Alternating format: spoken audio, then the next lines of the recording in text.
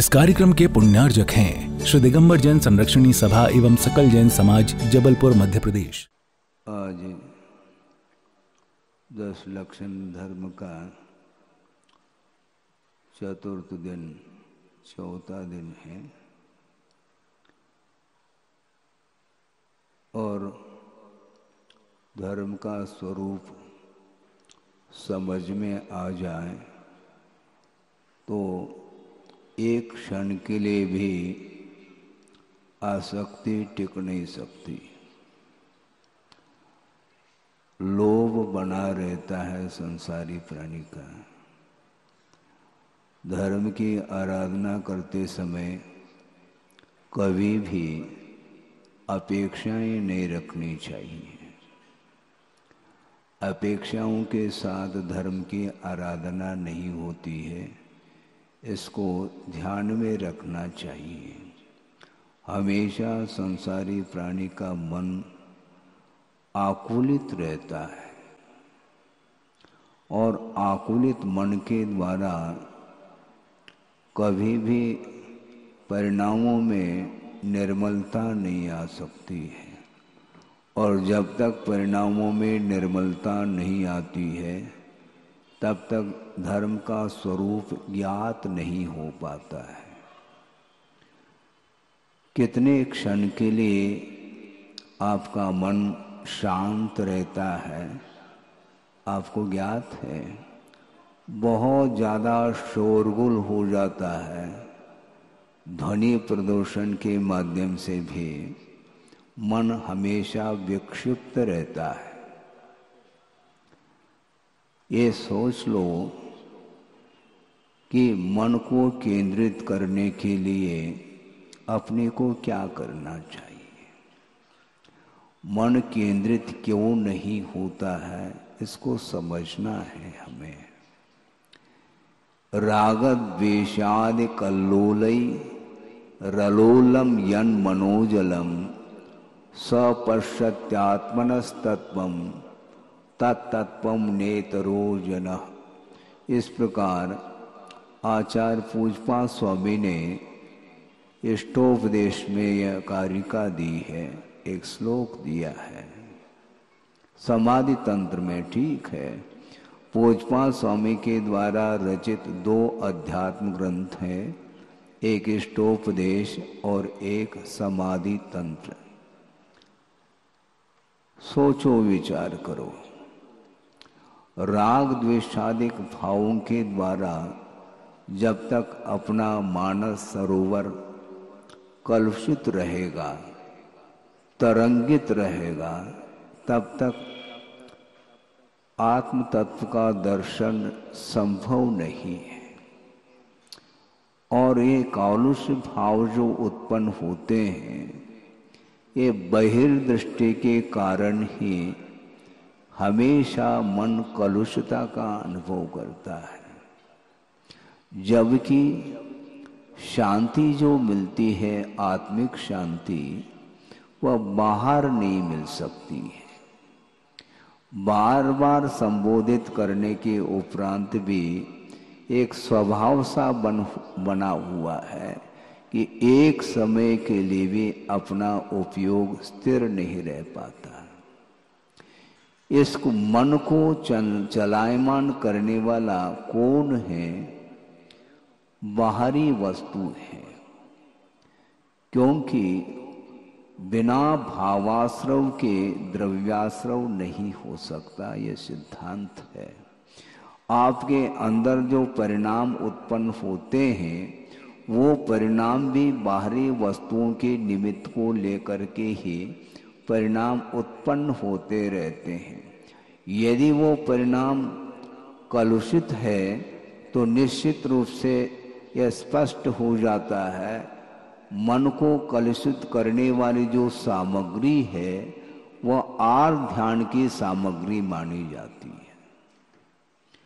आर्ध ध्यान और रौद्र ध्यान की सामग्री के द्वारा कभी भी धर्म ध्यान संभव नहीं है।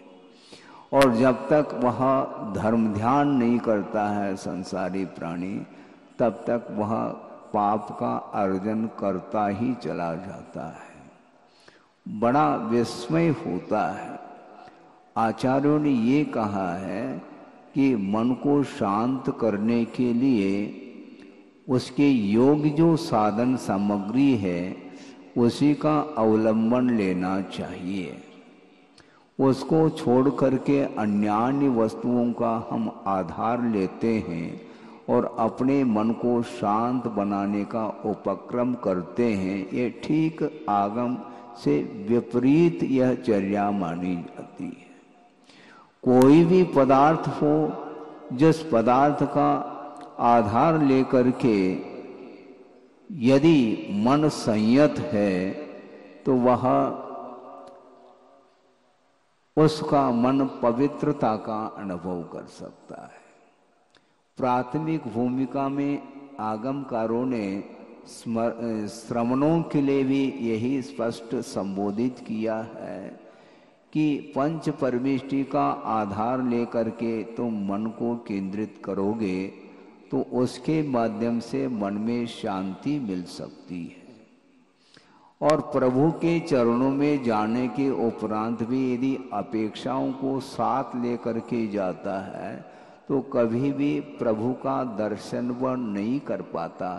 प्रभु के समीप होते हुए भी प्रभु का दर्शन नहीं होता। इसको बहुत बारीकी से अध्ययन करने की आवश्यकता है। वह प्रतिमा सामने है, वीतराग मुद्रा है, इसके उपरांत भी उसका मन कहाँ पर टिका हुआ है? वहां पर पंचेंद्र के विषय उपस्थित है क्या? नहीं है। वीतराग मुद्रा है और वहां पहुंचा है प्रभु के चरणों में। इसके उपरांत भी उसका मन कुछ अपेक्षा को लेकर के गया है। उस अपेक्षा की पूर्ति यदि नहीं होती है तो संभव है भगवान के प्रति भी आस्था कम होती चली जाती है। क्योंकि जिस उद्देश्य को लेकर के मैं गया था उस उद्देश्य की पूर्ति नहीं हुई है, इसलिए अब प्रभु कुछ देते हैं नहीं। उनके पास क्या है? बड़ी कठिनाई है। 22 परिचयों में एक परिचय आता है अदर्शन परिचय। उसका अर्थ भी बहुत स्पष्ट रूप से आगमकारों ने दिया है आगम में कि अदर्शन परिचय का अर्थ ये है, सुनते हैं आगम में लिखा है कि दीर्घ काल तक साधना करने से उसका परिणाम सामने आता है। क्या आता है? अनेक प्रकार की रिद्धियां प्राप्त होती हैं, सिद्धियां प्राप्त होती हैं, ज्ञान का विकास भी होता है। यह सब सुना तो है, किंतु दीर्घकालीन साधना के परिणाम देखने में नहीं आ रहे हैं। इसलिए ये केवल काल्पनिक है। इस प्रकार का भाव भी उसके अंदर आता है, नहीं आना चाहिए। ये क्यों आता है? ये अपेक्षा के कारण आता है।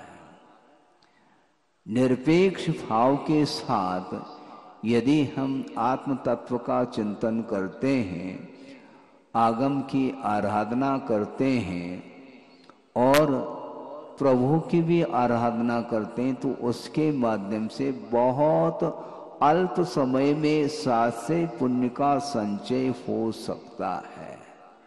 लेकिन किसको चाहिए? वो बहुत जल्दी में धैर्य नहीं है, और जिसके अंदर धैर्य नहीं है तो वह बालक से भी छोटा माना जाता है। ये ध्यान रखो। केवल उम्र से वृद्धत्व आया है, इसके उपरांत भी वह वृद्धत्व उसके अंदर नहीं, केवल उम्र की अपेक्षा से वह वृद्ध हुआ है, किंतु आत्मा का दर्शन नहीं कर पा रहा है। तो आत्मदर्शन के अभाव में वह वृद्धत्व किस काम का है? वह बालक बहुत अच्छा है जो निराकुल रहता है, उसके मन को संतुष्ट करने के लिए ज़्यादा आयाम की आवश्यकता नहीं पड़ती, बहुत जल्दी उसका मन संतोष का अनुभव करता है।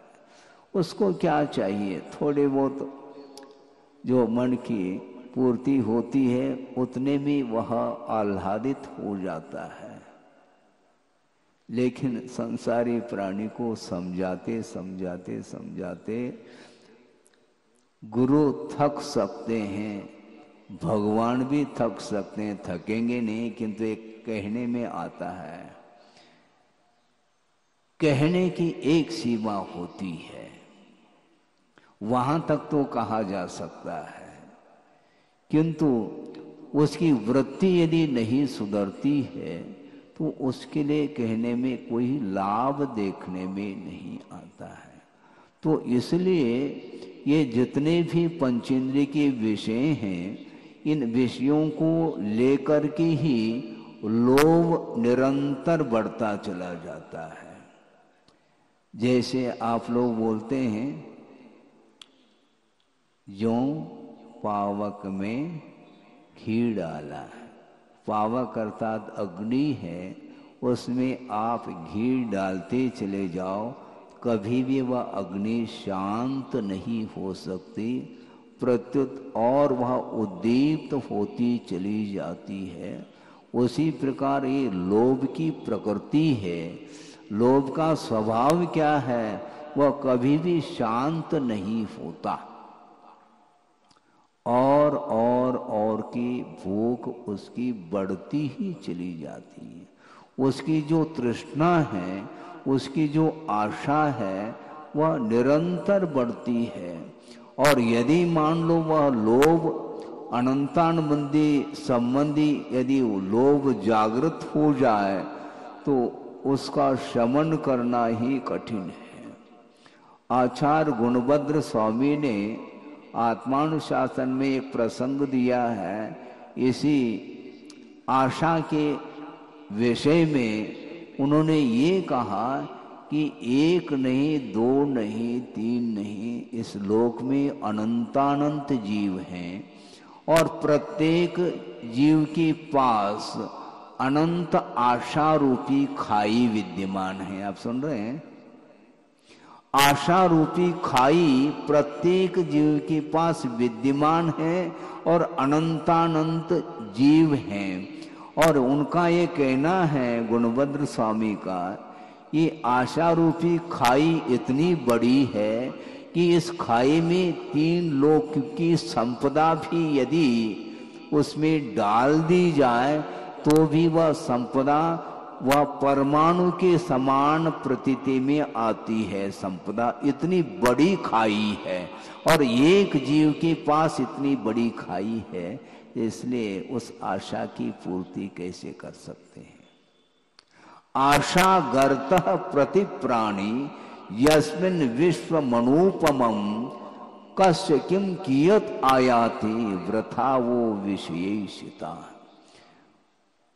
तो संसारी प्राणी की जो आशा है वह व्यर्थ चली जाती है, क्योंकि एक व्यक्ति के पास, एक जीव के पास जो आशा है वह अनंत आशा है, वह कभी भी शांत नहीं हो सकती है। और अनंत जीव है, तो ऐसी स्थिति में किस व्यक्ति के हिस्से में कितना आएगा, आप सोचो, विचार करो। लेकिन वर्तमान में जो मिला है उससे वह संतुष्ट नहीं होता। दूसरे की ओर दृष्टि बहुत जल्दी चली जाती है, अपने पास जो है उस ओर दृष्टि नहीं। उसके पास ज्यादा है तो तकलीफ चालू हो गई, परेशानी चालू हो गई। जब तक दूसरे के पास ज्यादा देखने में नहीं आता है तब तक वह बहुत शांति के साथ नींद ले रहा है, वह संतोष का अनुभव करता है, किंतु वह आनंद एक क्षण में वह लुट सकता है, क्योंकि दूसरे की ओर दृष्टि जा रही है।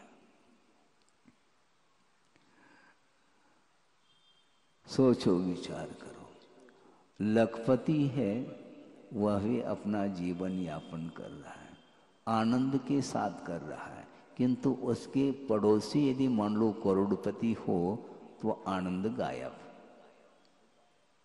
और करोड़पति आनंदित होता है, वो फूला नहीं समाता। और मान लो करोड़पति के पास यदि मान लो अरबपति आ जाए, फिर उसकी नींद भी समाप्त होती है। अरबपति के पास कोई खरबपति आ जाए तो उसकी नींद समाप्त होती है। वस्तुतः संसारी प्राणी को जो आनंद आ रहा है वह स्वयं के पास जितना है, जितनी संपदा है, उसमें उसको आनंद नहीं, किंतु दूसरे को अधिक क्यों मिला इसको लेकर के उसको दुख उत्पन्न हो रहा है। वस्तुतः संसारी प्राणी को जो सुख उत्पन्न हो रहा है वह निजी सुख नहीं है, किंतु दूसरे को अधिक क्यों मिला इसको लेकर के उसका सुख समाप्त हो रहा है। और कहता क्या है, सुखी रहे सब जीव जगत के, केवल कहना भर हो गया है, सुखी रहे सब जीव जगत के, कोई कभी न घबरावे। ये पंक्ति तो वह बोल रहा है, किंतु सामने वाला यदि सुखी नजर आ रहा है तो उसको और आनंद का अनुभव होना चाहिए था, किंतु उसका आनंद समाप्त हो जाता है, वह दुख के रूप में परिवर्तित हो जाता है। इसको बोलते ईर्ष्या। इसके कारण ही आनंद समाप्त हो जाता है। लोभ के कारण ही संसारी प्राणी आत्मिक सुख से वंचित है। कहां तक वर्णन करें, आचार वर्णन करते करते थक रहे हैं। इसके उपरांत भी हम एक प्रश्न पढ़ करके कभी सोचते नहीं, देखते नहीं, चिंतन नहीं करते, विचार नहीं करते हैं। ये लोभ पाप का बाप, इस प्रकार भी हमने यहीं पर बुंदेलखंड में उक्ति सुनी थी। लेकिन लोभ पाप का बाप कहना, इसके उपरांत भी वह बाप ही उस लोभ के चपेट में आता है, नाती नहीं आता है। छोटा सा नाती है, गोद में है, दादाजी की गोद में, और उसको कोई भी विकल्प नहीं है, वह बहुत निर्विकल्प महसूस करता है। किंतु जो बड़ा, जितना बड़ा होता चला जाता है, उसकी आशा भी बड़ी होती चली जाती है। सोचो, विचार करो, बहुत कठिन काम है ये। एक कहावत हमें स्मरण में, जैसा कल या परसों सुनाया था ना मराठी का, इसी प्रकार एक कन्नड़ में भी कहावत है, आपके सामने रख रहा हूं, बहुत प्रासंगिक है कि होने से मुप्पादरे होली मुप्पे, एक प्रश्नार्थक ये कहावत है। होने से मुप्पादरे होली मुप्पे, इसका अनुवाद ये है, एक इमली का वृक्ष है, वह बहुत बूढ़ा हुआ है, समझ रहे हैं आप?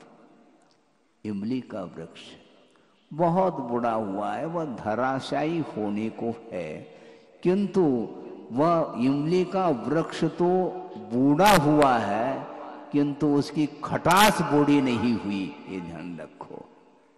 इसी प्रकार संसारी प्राणी का जो शरीर है वह शिथिल हो चुका है, इंद्रियां सारी शिथिल हुई है, किंतु वह जो तृष्णा है, जो आशा है, वह कभी भी बूढ़ी नहीं हुई। वह हमेशा वह तृष्णा, आशा युवती बनी रही है। सोचो, विचार करो, मरणासन्न हो करके भी उसकी आशा समाप्त नहीं हो रही है, और वह मन में ये विचार करता है, जिंदगी भर, जीवन भर जो हमने सुख का अनुभव किया है, अब मरणासन्न हो रहा हूं, भगवान भविष्य में भी मुझे इसी प्रकार की संपदा प्राप्त हो, इस प्रकार वह निदान कर रहा है। भोगों की आकांक्षा का नाम निदान कहा है। सोचो विचार करो, जिंदगी भर जीवन जिया है सुख के साथ, इसके उपरांत भी उसको एक क्षण के लिए भी तृप्ति नहीं हो पा रही है, और भविष्य की चिंता के कारण वह उसका शरीर और दुख का अनुभव कर रहा है। वर्तमान में कौन जी रहा है? भोजन करने के लिए बैठा है, इसके उपरांत भी वह स्वाद नहीं ले पा रहा है भविष्य की चिंता के कारण है। थाली में जो सामग्री, भोजन सामग्री आई है, उसको चाव से वह ग्रहण तक नहीं कर पा रहा है। क्यों? इस प्रकार इतना ही है कि कुछ और है क्या? नहीं। अरे जितना परोसा है उसको तो ले लो, और की क्या आवश्यकता है? पूरी थाली समाप्त हो जाए, थाली नहीं, थाली में जो सामग्री रखी है, भोजन सामग्री, वो पूरा भोजन कर लो, फिर बाद में परोस दें। चिंता क्यों? किंतु चिंता हमेशा सताती इसको। इसलिए वर्तमान में जीवन जीने के लिए बार बार आचार्य कहते हैं अतीत और अनागत को भूल जाओ, और वर्तमान में जो मिला है कर्म के उदय में, उसमें संतोष का अनुभव करके यदि संसार से ऊपर उठने के लिए कुछ साधना करोगे तो निश्चित रूप से नहीं मांगोगे तब भी वह सामग्री तुम्हें मिलने वाली है। जो ही संयम धारण कर लेता है त्यों ही निरंतर वह एकांत रूप से पुण्य का ही संचय करता है, और वह भी साथ से पुण्य का संचय करता है। किंतु जो भविष्य की चिंता में वह चिंतातुर होकर के वह जीवन व्यतीत करता है, तो उसको कुछ भी मिलने वाला नहीं है। ये लोभ ही हमेशा इसको आकुलित करता है। निराकुल भाव यदि लाना चाहो तो लोभ को समाप्त करो, ये कहा जा रहा है। मन में पवित्रता जो आएगी वह लोभ के अभाव में आएगी। महाराज विशुद्धि आजकल बढ़ नहीं रही है। अच्छा, तो क्या बढ़ रही है ये तो बताओ कम से कम। विशुद्धि बढ़ नहीं रही है, इसे स्पष्ट है कि विशुद्धि घट रही है। तो विशुद्धि घट क्यों रही है? संक्लेश के कारण विशुद्धि घटती है, ये हमेशा लिख करके रखो। महाराज पुण्य बहुत पतला हो रहा है, उसको गाढ़ा कैसा कर ले महाराज? पुण्य गाढ़ा कैसे हो? तो उनको ये कहा कि भैया पुण्य को गाढ़ा करने का एक साधन है। यही तो समस्या है, मतलब प्रशिक्षण की आवश्यकता पड़ती है आप लोगों को। पुण्य गाढ़ा हो तो कैसा हो? पाप को कम करो, और पाप में जो परिणाम होते हैं उसके लिए केवल पंचेंद्रिय के विषय ही एकमात्र उसके लिए निमित्त बनते हैं। हाँ, सामने पंचेंद्रिय के विषय उपस्थित भी यदि मान लो नहीं है, तब भी उसका मन आकुलित रहता है। क्यों? यहां पर तो नहीं है नो कर्म, फिर भी उसको ये विकल्प क्यों आ रहा है? वह स्मृति के रूप में वह नो कर्म सामने आया है। यहां पर आप बैठे हैं, आपके सामने दुकान है क्या? नहीं है, लेकिन मन में तो अच्छा एक नहीं कई दुकान खुल सकते हैं। मन में तो है दुकान। यहां पर दुकान छोड़ करके आप लोग आए हैं, निश्चिंत होकर के आए हैं क्या?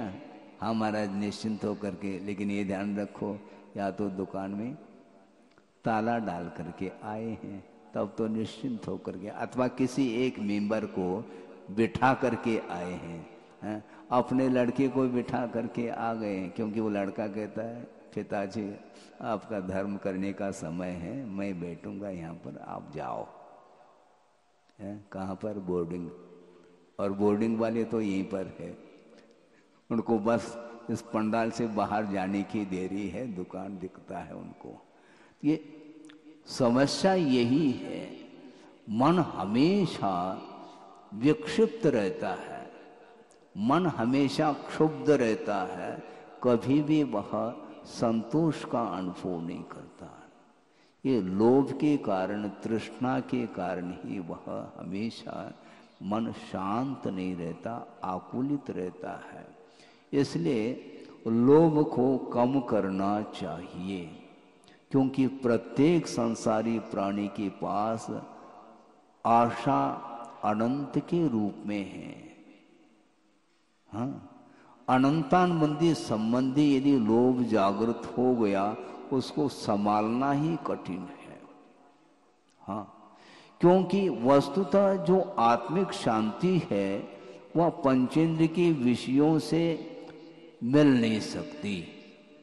पंचेंद्र के विषयों से शांति की मान्यता रखना ये अज्ञान का परिणाम समझते हैं हम। आगमकारों ने ये कहा कि वस्तुतः इंद्रियों के द्वारा उत्पन्न होने वाला जो सुख है वह सुख नहीं है, वह सुखाभास है। सुन रहे हैं आप? सुखाभास का अर्थ क्या? सुख का आभास हो रहा है, वस्तुतः वह सुख नहीं है। एक बहुत अच्छा उदाहरण दिया है सर्वार सिद्धि कारणी पूजपा स्वामी ने। आपको सुन करके अजीब सा लग सकता है, लेकिन वह अजीब नहीं है। सुनिए आप, शरीर में दाद उत्पन्न होता है। दाद अर्थात क्या है? खुजली, दाद बोलते हैं, जानते हैं क्या नहीं? हाँ, खुजली उत्पन्न होती, और उस दाद को आप जितना खुजाओगे उतना आपको अच्छा लगता है, लेकिन बाद में उसमें जब जलन पड़ती है उस समय लगता है कि अब खुजाना ठीक नहीं, किंतु खुजाते चले जाते हैं। उसी प्रकार ये पंचेंद्र के विषयों के माध्यम से जो कुछ भी सुख की मान्यता बन रही है वह सुख नहीं है, वह सुखाभास है। वह तृष्णा, वह आशा कभी भी समाप्त होने वाली नहीं है। कम से कम श्रद्धान का तो विषय बनाओ। चारित्र की बात तो हम बाद में करते हैं, किंतु श्रद्धान का विषय, आस्था का विषय बनाना चाहिए, क्योंकि वह पंचेंद्र के विषयों से उत्पन्न होने वाला जो सुख है वह स्वाधीन सुख नहीं है, वह पराधीन सुख है, वह कर्मायत्त है, ऐसा स्वयं आगमकार कह रहे हैं।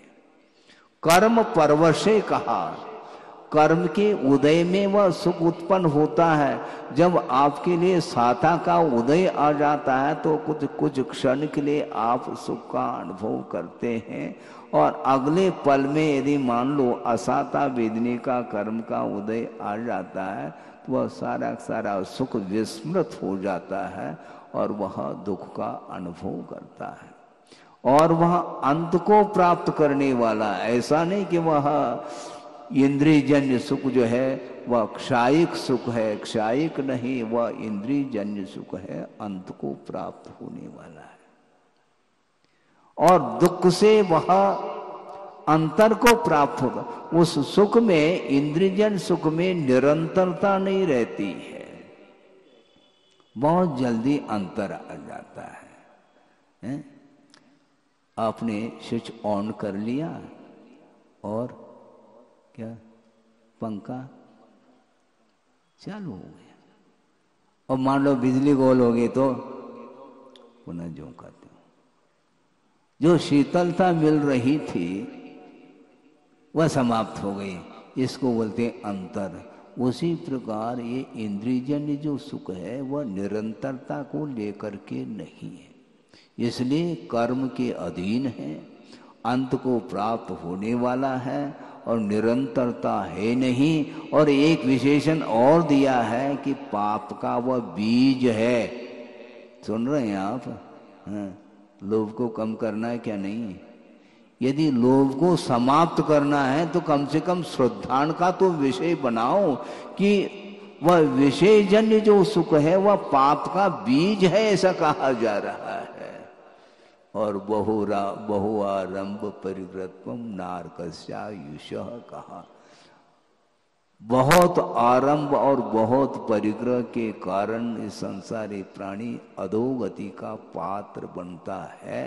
और परिग्रह की जो मात्रा बढ़ती जाती है वो लोभ के कारण ही वह परिग्रह की मात्रा बढ़ती है। उसको घटाना चाहिए। महाराज हम कैसे घटाएं उसको, तुम घटाओ या नहीं घटाओ, सब कुछ छोड़ करके जाना है तो किसके लिए कमा रहे हो? महाराज मेरे लिए इस धन के प्रति मेरी कोई भी आसक्ति नहीं, मुझे कोई विकल्प नहीं, ये तो मेरा है ही नहीं, फिर कमा किसके लिए रहे हो? महाराज पुत्र के लिए, तो पुत्र कमा लेगा ना। पुत्र के द्वारा जो पाप का संचय होना है उसका संचय वो तुम अपने द्वारा करना चाह रहे हो। स्वयं के लिए भी कमाया, उसमें भी पाप का संचय हुआ, और दूसरे के लिए भी कमा करके वो दे रहा है, और वह बैठे बैठे खा रहा है। सोचो विचार करो। और जो खा रहा है वह पाप का भागी हो अनिवार्य नहीं है। यदि आसक्ति उसकी नहीं है तो वह उस संपदा का उपभोग करता हुआ भी वह पाप का संचय नहीं करता है, क्योंकि इच्छा के ऊपर निर्धारित है। जिसकी जितनी इच्छा बढ़ती जाएगी उतना ही उसका पतन होता चला जाएगा। इसलिए पाप का बीज है ऐसा जब कह दिया है तो श्रद्धान का तो कम से कम विषय बनाओ। जब छोड़ना तब छोड़ना, कम से कम श्रद्धान आस्था तो सही होनी चाहिए। इंद्रियजन सुख में जो श्रद्धा है वो अनास्था श्रद्धा ऐसा कहा है। अनास्था श्रद्धा का अर्थ क्या? न आस्था अनास्था शाश्वत बुद्धि यश्याम। जिस इंद्रिय सुख में जिसको हम सुख मान रहे हैं उसमें वह इंद्रिय सुख शाश्वत नहीं है, वह नित्य नहीं है। इस प्रकार का श्रद्धान होना चाहिए। जब वह नित्य नहीं है तो उसको हम इतना क्यों आस्था के साथ कमाएं उस संपदा को? जब मिटने वाला है तो उतने ही कमाओ जितना आवश्यक है। अनावश्यक परिग्रह का संकलन करने से अत्यधिक मात्रा में पाप का अर्जन होता है। उतना ही कमाना चाहिए जिसके माध्यम से अपना केवल जीवन चल सके, बस पर्याप्त है। लेकिन ये नहीं होता है। खाता तो वो कम है किंतु खाते में ज्यादा रखता है। हाँ, वो खाता कम है वो, और सब कुछ खाते में ही वह एकत्रित करता चला जा रहा है, क्योंकि कल काम में आने वाला है। कल आता है क्या नहीं आता ये भान नहीं, किंतु कल आने वाला है काम में नहीं आता है। लेकिन प्रत्येक व्यक्ति की यही स्थिति है, बहुत कठिन है। खाते खाते खाते अनंत काल व्यतीत हुआ, अभी भी वह खाते में लगा हुआ है, कमाने में लगा हुआ है, शाश्वत नहीं है। जब श्रद्धान ही हमारा कमजोर है तो हम उस लोभ को समाप्त करने के लिए हम संयम का अनुपालन कैसे कर पाएंगे? पहले श्रद्धान तो बनाओ कि वस्तुतः पंचेंद्र के विषय ये हैं, ग्रहण करने योग्य नहीं, इस प्रकार विचार कर लेना चाहिए। नहीं हो पाता ये विचार। एक हाइको आपके सामने रख रहा हूं, गुरुदेव ने दिया है, उनका चिंतन तो देखो, अनूठा चिंतन है। उनका ये कहना है, इष्ट सिद्धि में अनिष्ट से बचना दुष्टता नहीं। सुना आपने, फिर से दोहराएं। इष्ट सिद्धि में अनिष्ट से बचना दुष्टता नहीं है। अनिष्ट क्या है पहले तय कर लो।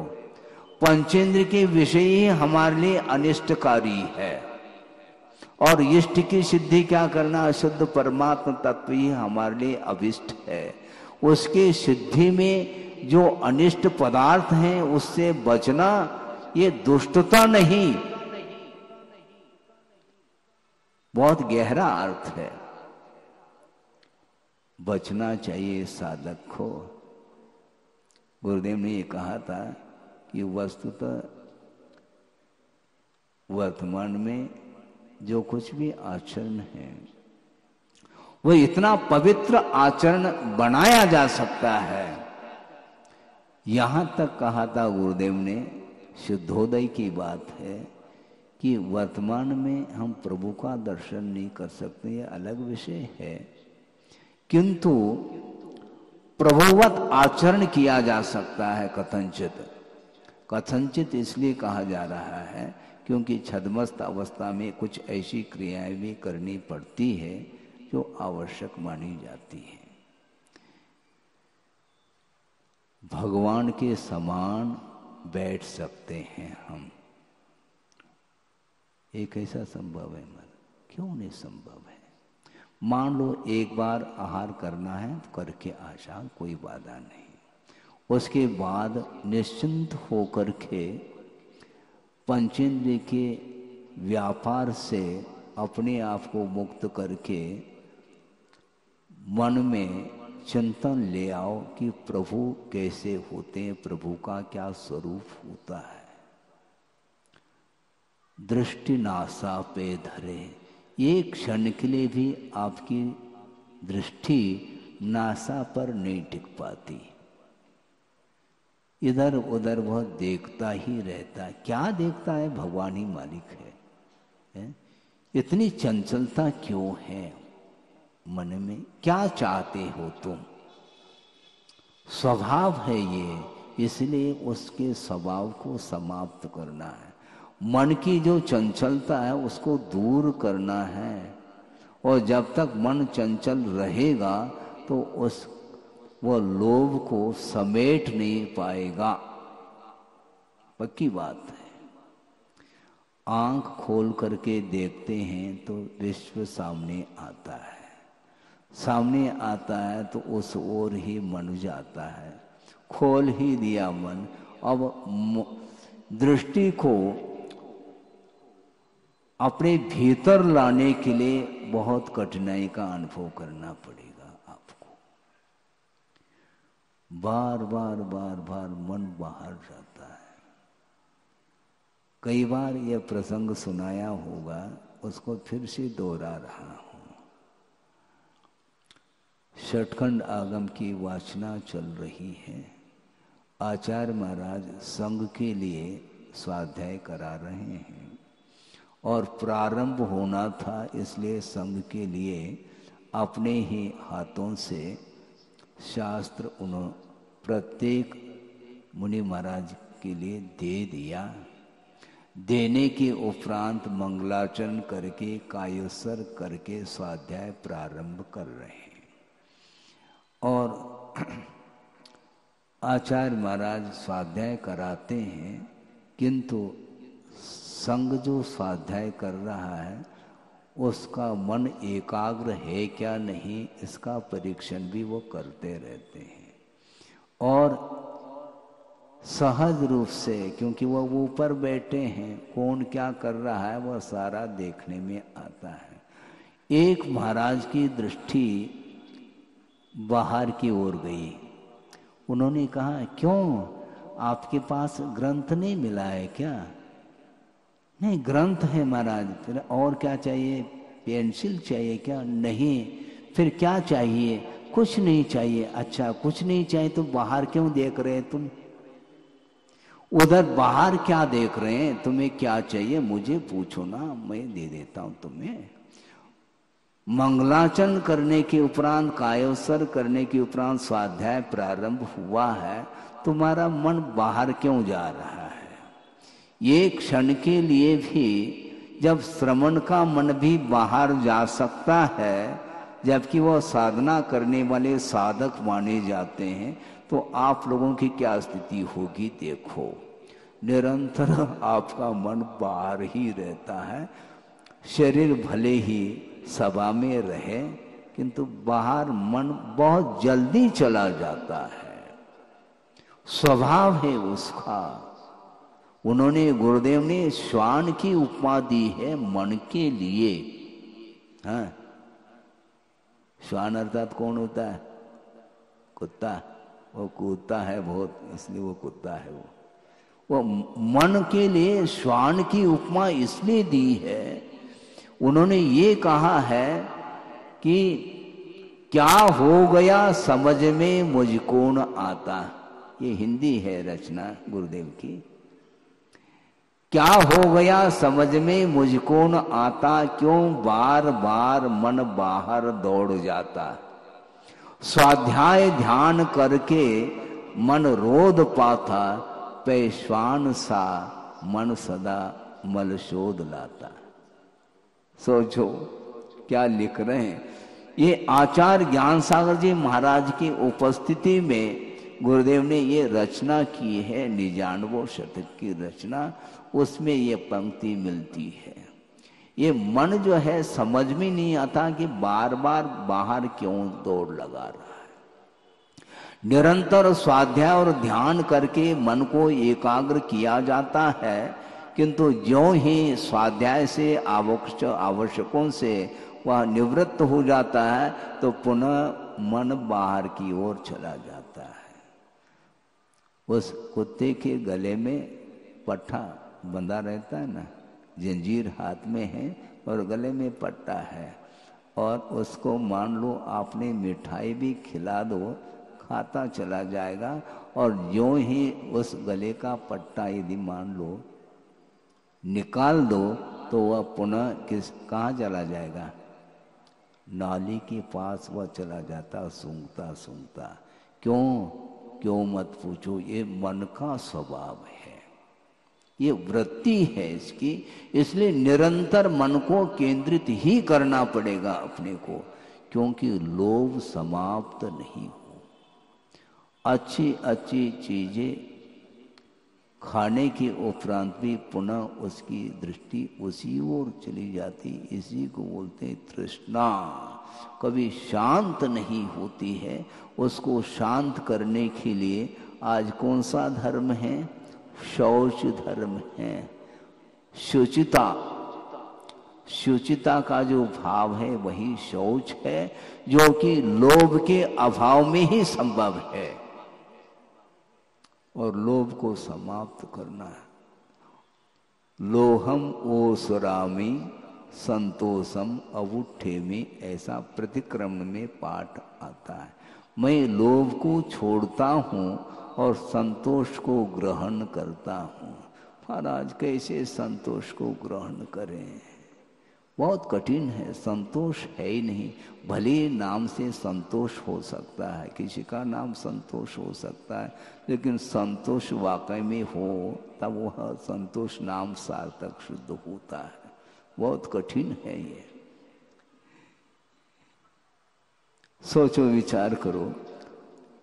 मुनि महाराज आहार लेने के लिए पहुंचे हैं, ठीक है, और दाता आहार दे रहा है। एक व्यक्ति ने एक ग्रास दे दिया और संतोष आ गया, आनंद समाप्त, क्योंकि हमने एक ही ग्रास दिया है। ये सब क्या है? ये है क्या वस्तुतः? ये दाता का स्वरूप है क्या? उसमें संतोष गुण आना चाहिए। कृत से, कारित से, अनुमोदन से, मन से, वचन से, काय से, ये क्रियाएं, इन क्रियाओं को संपन्न किया जाता है। संतोष होना चाहिए। ये ग्रास में जो आनंद आया था वह एक क्षण में समाप्त क्यों हुआ है? यदि मान लो सभी लोग एक एक ग्रास दिए हैं तो वह आनंद टिक सकता है। किसी ने 2 अथवा 3 ग्रास दे दिया तो वह आनंद समाप्त। इसको बोलते हैं संतोष कहाँ से आएगा? वो हमेशा पर की ओर दृष्टि। ये क्यों इस प्रकार होता है? जो मिला है उसमें संतोष धारण करना चाहिए, नहीं हो सकता उसको संतोष। अपने लिए अपने पुण्य के उदय में जो सामग्री मिली है उस ओर दृष्टि नहीं जाती है और दूसरे की ओर दृष्टि जाती है। उसको कितना मिला है, उसको कितना मिला है। दूसरे की थाली की ओर देखने की अपेक्षा अपनी थाली की ओर देखो ना, क्या दिक्कत है? आपको ज्यादा चाहिए तो पुरुषार्थ कर लो, दूसरे की ओर क्यों देखते हो? पुरुषार्थ शून्य है संसारी प्राणी, फ्री में मिल जाए बस वह बटोर लेता है। फ्री में क्यों है? फ्री में कुछ नहीं मिलने वाला है, बहुत कठिन काम है। एक उदाहरण के माध्यम से इस विषय को आपके सामने रख रहा हूं, समय भी हो रहा है। एक व्यक्ति है जो बहुत ही जीवन में कष्ट का अनुभव करता है। वह प्रतिपल पुरुषार्थ करने के उपरांत भी सुख का अनुभव नहीं कर पा रहा है, गरीब है। वो सोचता है कि मैं निरंतर रात दिन मेहनत कर रहा हूँ किंतु कोई चीज मिल नहीं पा रही है, संतुष्टि नहीं मिल पा रही है। कर्म का योग है, मैं क्या कर सकता हूँ? पुरुषार्थ करने की भी एक सीमा होती है, बिल्कुल ठीक है। वो पुरुषार्थ कर रहा है किंतु उसमें सफलता नहीं मिल रही है। इसके उपरांत भी वह पुरुषार्थ को जारी रखता है और एक दिन वह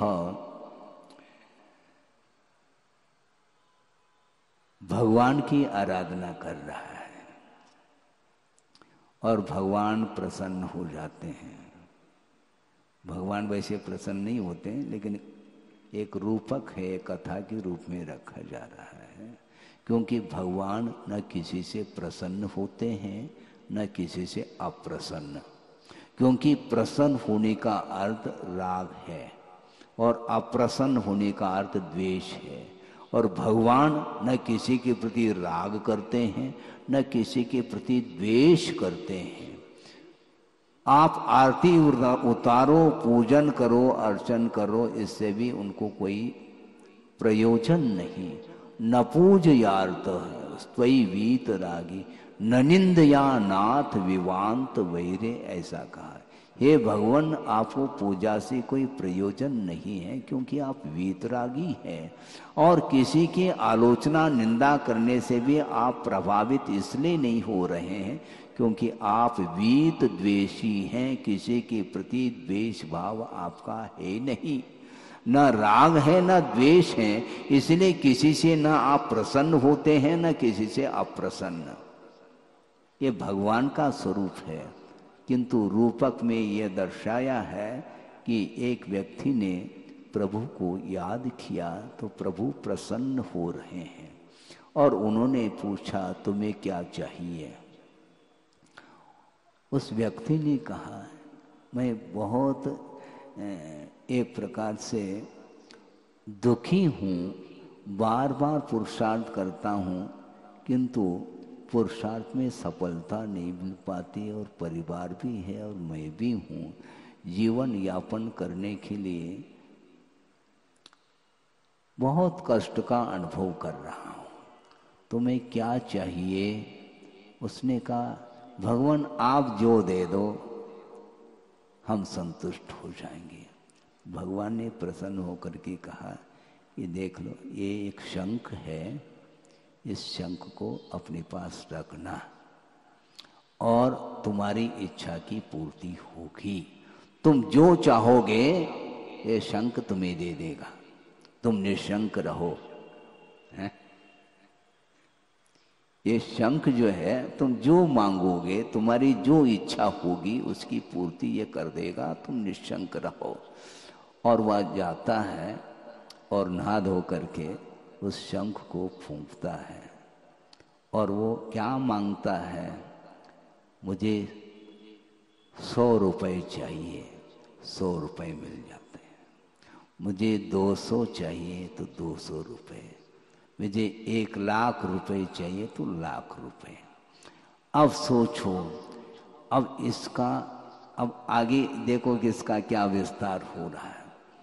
इस प्रकार होने से वो उसकी गरीबी दूर होने लगी और धीरे धीरे उसका प्रचार भी हो गया। और उसका प्रचार होने से जो पड़ोस में रहने वाला जो व्यक्ति था उसके मुंह में पानी आने लगा। उसने सोचा इससे प्रसन्न होकर के भगवान ने शंख दिया है तो इसलिए अब ऐसा कर लिया जाए। हम तो भगवान के प्रति इतनी भक्ति कर नहीं पाएंगे, इसलिए वो कहीं भी चला जाएगा तो उसको ले आए हम। वह चुरा करके उस शंख को ले आता है। अब समस्या खड़ी हो गई पुनः उस व्यक्ति की। और पुनः भगवान की आराधना करता है तो भगवान पुनः प्रसन्न होते हैं। तो उन्होंने पूछा, क्यों, क्या बात है, पुनः क्यों दुखी हो रहे हो? नहीं भगवान, क्या करूं, आपने प्रसन्न हो करके हमें एक शंख दिया था, बहुत बड़ी कृपा आपने की थी, लेकिन वह शंख गायब हो गया है। अब मैं क्या करूं? घबराओ नहीं, जो तुम्हें शंख दिया था वही शंख तुम्हें वापस मिल जाएगा, घबराओ नहीं। मैं क्या करूं? एक और शंख दे रहा हूं, किंतु इसके सामने जो तुम चाहोगे वह दुगुना देगा, लेकिन देगा ये कोड़ी भी नहीं, बोलेगा केवल। तुम 100 रुपये मांगोगे तो वह 200 देता हूँ ऐसा बोलता है, देता कुछ नहीं है। लेकिन इसको प्रचारित कर लो तो निश्चित रूप से जिसने लिया है वह वापस आपके पास रख देगा और इसको ले लेगा। तो उसने ऐसा ही किया। अच्छा प्रचार प्रसार कर ली तो वह पुनः जो जिसने चोरी की थी उसने कहा कि अच्छा दुगुना, जितना बोलेंगे उससे दुगुना, हाँ जो बोलेंगे उसका दुगुना। तो सोचता है ट्राई करके देख ले कम से कम है। तो उसने सोचा कि अरे वो अच्छी बात है, तो अदला बदली हो जाए, हाँ बहुत अच्छी बात है, जल्दी करो। उसने वो पुरानी शंख को उसको दे दिया और जो दोबारा जो शंख दिया गया था उसको ले गया। लेकिन उसको ये जानकारी नहीं थी कि शंख फूंकने से दुगना, बोलता तो है देता कुछ भी नहीं। और जा करके उसने शंख फूंक दिया, मुझे 100 रुपये चाहिए। 100 रुपये क्यों, 200 रुपये ले लो। दिया ये कोड़ी भी नहीं, दे नहीं रहा है, क्या बात हो गई? मुझे 1 लाख रुपए चाहिए। 1 लाख क्यों, 2 लाख ले लो ना। और दे नहीं रहा हूं। इसको बोलते हैं लोभ में आकर के ये इस प्रकार उसकी फजीती होती है। चोरी करके उस शंख को लिया था, लेकिन चोरी का जो फल है वह बहुत जल्दी मिल जाता है। अर्थ यह है कि लोभ में आकर के व्यक्ति क्या क्या नहीं करता है, ये सामने आता है। स्वयं पुरुषार्थ करके अर्थ पुरुषार्थ करने के लिए कहा है, वह अर्थ पुरुषार्थ नहीं करता। बैठे बैठे बैठे मुझे सब कुछ मिल जाए, सब ले लूंगा मैं। तो मांगना ठीक नहीं, ये मांगने की आदत ठीक नहीं और चोरी करने की आदत ठीक नहीं। तुम पसीना बहाओ और अर्थ पुरुषार्थ करके कमाओ और प्रभु की आराधना करो तो धर्म की आराधना सही सही मानी जाती है। लेकिन लोभ सताता है प्रतिपल, इसलिए इस प्रकार उसकी वृत्ति होती है। मन में पवित्रता तब आती है जब लोभ समाप्त हो जाए। शरीर में भी पवित्रता आ सकती है, वचनों में भी पवित्रता आ सकती है, और मन में भी पवित्र भाव जागृत हो सकते हैं। यदि हम लोभ को समाप्त करते हैं तो होगी, अन्यथा नहीं हो सकती है। और की जो आशा है इसका अंत नहीं है, और उस आशा के कारण ही संसारी प्राणी दास बना हुआ है? और जो दास बनता है वह हमेशा उदास ही रहता है, उसको कुछ मिलने वाला नहीं। आशा के कारण वह दूसरे का दास बन जाता है, इसलिए उदासी आ जाती है जीवन में, मिलता कुछ भी नहीं है। आशा दासी कृता येन, ये पंक्ति भी, ये श्लोक भी आत्मान शासन में ही पढ़ने को मिलता है। आशा दासी कृता येन तेन दासी कृतम जगत, आशा या यो भवेद दास स दास सर्वदेहिनाम। आशा दासी कृता येन, जिसने आशा को दास बनाया है। आप सुन रहे हैं क्या? नहीं, छोड़ रहा हूं, समय हो रहा है। जिसने आशा को दास बनाया है उसने पूरे जगत को ही दास बना लिया है। आशा दासी कृता येन तेन दासी कृतम जगत, उसने संसार को ही अपना दास बना लिया है। किंतु जो आशा का दास होता है वह प्रत्येक व्यक्ति का दास होता चला जाता है, ऐसा कहा है। इसलिए आशा को कम करिएगा। महाराज आशा कैसे कम करे? कम तो करो, पूरा पूरा नहीं छोड़ सकते, कोई बाधा नहीं, किंतु थोड़ा वो तो उसमें ब्रेक लगाओ। है? एक और फर्म खोलो, एक और फर्म खोलो, भैया ये खुला है उसी को संभालो। है? एक जीवन है, 150 साल भी जी नहीं पाएंगे, और कितना आवश्यक है। इस कार्यक्रम के पुण्यार्जक थे श्री दिगंबर जैन संरक्षणी सभा एवं सकल जैन समाज, जबलपुर, मध्य प्रदेश।